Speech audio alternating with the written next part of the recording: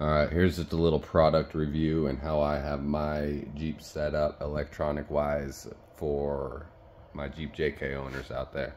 Alright, I was running a S-Tech, as shown in the last video, S-Tech switch right there in the JK before, and I have switched that out, and now the LJ is going to be running those switches right there. That's gonna go in right there, and then I'm gonna get a TV and that will go in the LJ. So I'm just transferring that 6-switch system over, and now I got the new 12 switch in here, and I mounted it using the S-Tech bracket because I'm lazy and I'm just really running out of time to do things. It's just a simple bent bracket. The cool thing about the box is that it has its own ground, so you really only need to run a positive wire into the box. You can, like, for your rear reverse lights, if you ground it way back there, all you gotta do is run one positive wire up. So here's how I have it set up. Look at that, it just barely squeezes by and opens.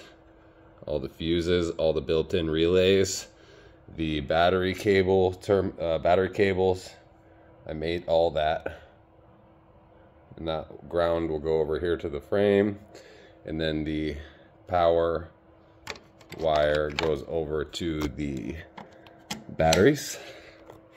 So that's how that's mounted. No problem with the hood clearance. And then over here I made these battery cables all custom, so they're at the right length, going over to a 100 amp breaker, and then running around here.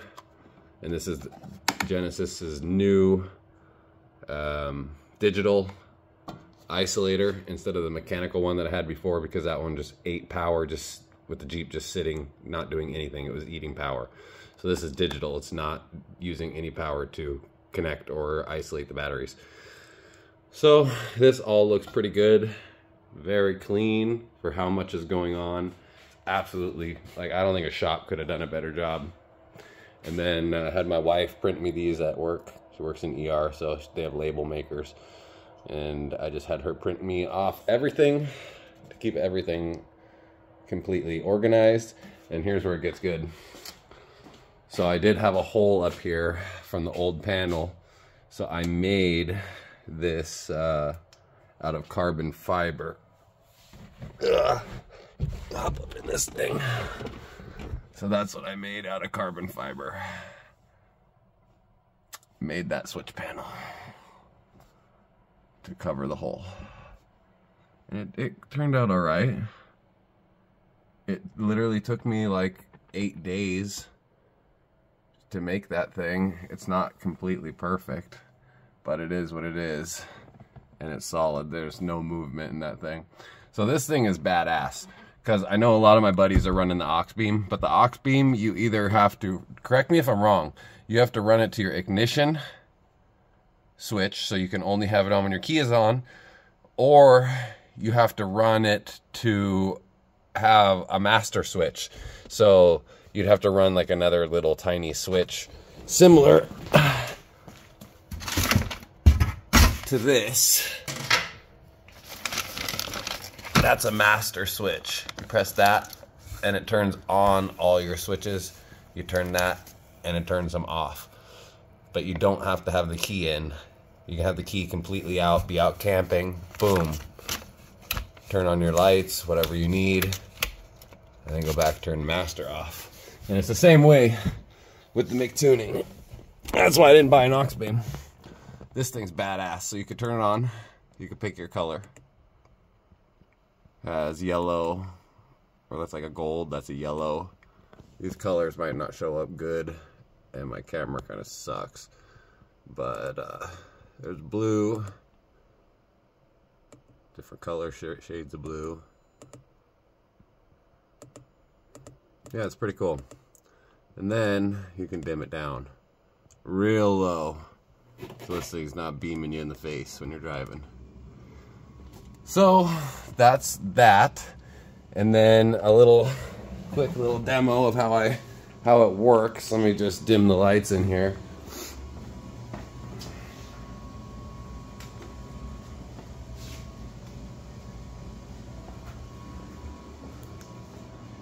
That's dim now.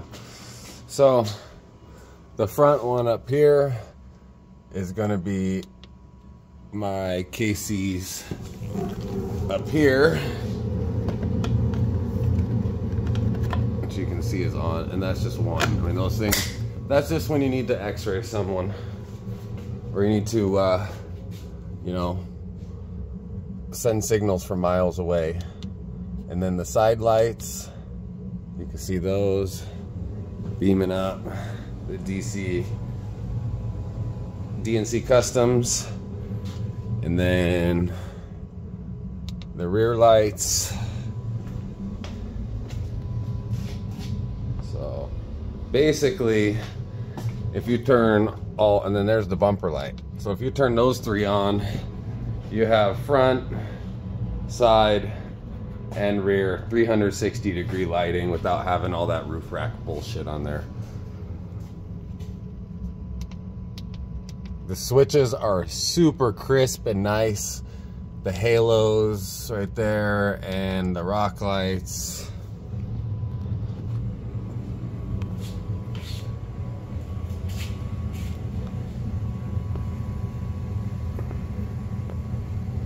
Yeah, that's just when I want to party after a few trail sodas. I like my rock lights. This thing does not go to the mall. I don't think it's ever been to the mall once. It's just been beat the shit off-road. And then there's my twin air compressor. Let me power the light up. That is under the seat right there with the 1-gallon tank.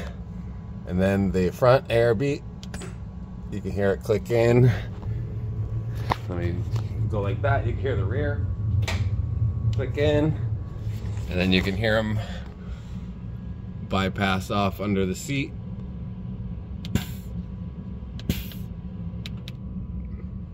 So yeah, that's how that's set up, and then boom, off. And that is an awesome system. I highly recommend this. The only thing, I'll be real, the only thing I don't like is that you can't lock out the ARB lockers. So if you're driving down the highway and your daughter's like 7 or 8 years old and can reach those things and slaps one of those on while you're doing 70 miles an hour down the highway, you're in big trouble. So the only one that has that is that I've seen is the S-Tech one that I took out has that, but you have to send it to him, and one of them will be like a lockout switch, and then so you kind of, or you can add another master switch. Sorry, I'm out of light here. You can add another master switch. So one would turn on all the power except the lockout, and then you'd push your lockout and it would turn on the ones that it's connected to, like your front and rear lockers. Wouldn't work. Those wouldn't work unless you press the second master. But with this one on, your other 4 would work. So that's how that's set up. But the Switch Pros, you can lock them out. This one you can't. So I'll have to get like an exclamation point here and saying, do not touch this, you know, something. Something's gotta change, because that, I don't want that being hit. And it looks like you can't see in the mirror. My mirror's dirty, but I'm 6'2", and you can still see, like, it's close. It hangs down, which is what was a worry of mine, but doesn't impede your view. Way less impeding, maybe like a 1/16 of an inch, way less than a big old 37, 38 tire does. So anyways, that's how I have this Jeep set up now, with the custom switch panel and mictuning 12 switch and all the accessories.